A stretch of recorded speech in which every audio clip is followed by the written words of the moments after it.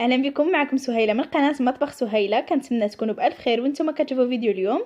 مرحبا بكم مره اخرى على قناتي. واليوم جبت لكم وصفه ديال الكيك اليومي بالبرتقال والليمون. كيجي المذاق لذيذ بزاف وخفيف وهش. كنتمنى ان شاء الله وصفه اليوم تنال الاعجاب ديالكم وتجربوها، ولا جربتوها ما تنساوش تخليو لي تطبيقاتكم على مواقع التواصل الاجتماعي. كل الروابط ظاهره لكم على الشاشه. ايضا اذا كنتوا اول مره كتشوفوا قناتي فوقفوا الفيديو وسيروا ديروا سبسكرايب باش توصلوا بكل ما هو جديد، وما تنساوش ايضا تفعلوا الجرس باش توصلوا بالجديد. بلا ما نطول عليكم نخليكم مع المقادير وطريقه التحضير. اذا بالنسبه للمقادير فهي الان ظاهره لكم على الشاشه. غادي نحتاجوا 4 ديال البيضات، عندي ماشي صغار وماشي كبار، كاس واحد ديال السكر الابيض الحبيبات، كاس ديال عصير البرتقال. هنايا كيف كتشوفوا عصير البرتقال عندي خاسر شي شويه، فانا شنو كندير في هذا الكيك؟ كناخذ برتقاله اللي كتكون كبيره، كنزولها النصف ديال القشور ديالها وكنطحنها مزيان حتى كتطحن مزيان صافي، وكنضيفها في الكيك ديالي هكا باش كتجي الرائحه ديال البرتقال مجهده اكثر. غادي نضيف ايضا عصير ليمونه واحده، رشه ملح، 3 ديال الاكياس ديال خميره الحلويات، كاس ديال الزيت كيف سبق لي ذكرت. وغادي نحتاجوا ايضا البشر ديال برتقاله وديال ليمونه واحده، وبطبيعه الحال الدقيق كيبقى على حسب الخليط.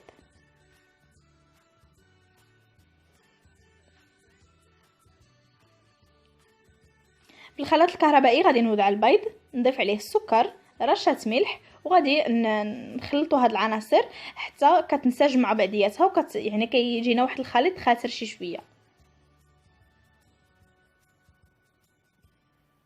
من بعد والخليط ديالي كيتخلط الان غادي نبدا كنضيف الزيت غير بشويه بشويه بحال كنطلعوا المايونيز حتى كنكملوا الكميه ديال الزيت كلها اللي عندنا. ومن بعد غادي نقلوا هذا الخليط هذا لواحد الاناء، نضيفوا له البشور اولا القشور ديال الليمون والبرتقال، ونضيفوا عصير البرتقال وعصير الليمون، وغادي نخلطوا هاد العناصر جيدا.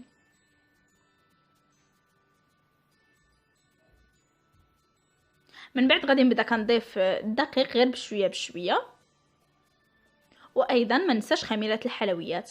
غادي نبقى مستمره بنفس الطريقه كنكمل الكميه ديال الدقيق كلها اللي عندي. تقريبا استعملت واحد 3 ديال الكيسان اولا 2 ديال الكيسان ونص. المهم الدقيق كيبقى على حسب الخليط، حيت كاين الدقيق اللي كيشرب دائما كيف كنقول لكم، وكاين الدقيق اللي ما كيشربش دغيا دغيا. دونك نتوما وعينكم ميزانكم.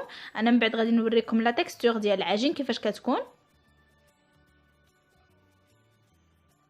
كيف كتشوفوا لا تيكستور كتكون بحال هكا. انا في هذه اللحظه هذه ما سرعتش الفيديو باش تشوفوا لا تيكستور ديال الكيك ديالنا. من بعد هنا خديت واحد المول طويل، الطول ديالو 34 سنتيمتر والعرض ديالو 11 سنتيمتر.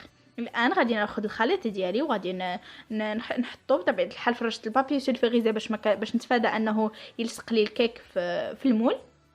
ممكن ايضا انكم تستعملوا ترشوه غير اولا تدهنوه غير بشويه ديال الزبده وترشوه بشويه ديال الدقيق، وان شاء الله ما غاديش يلصق لكم.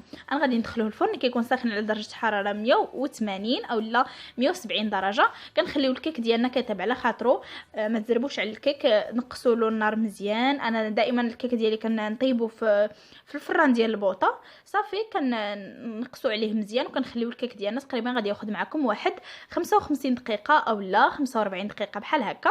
كنتمنى فيديو اليوم ينال الاعجاب ديالكم.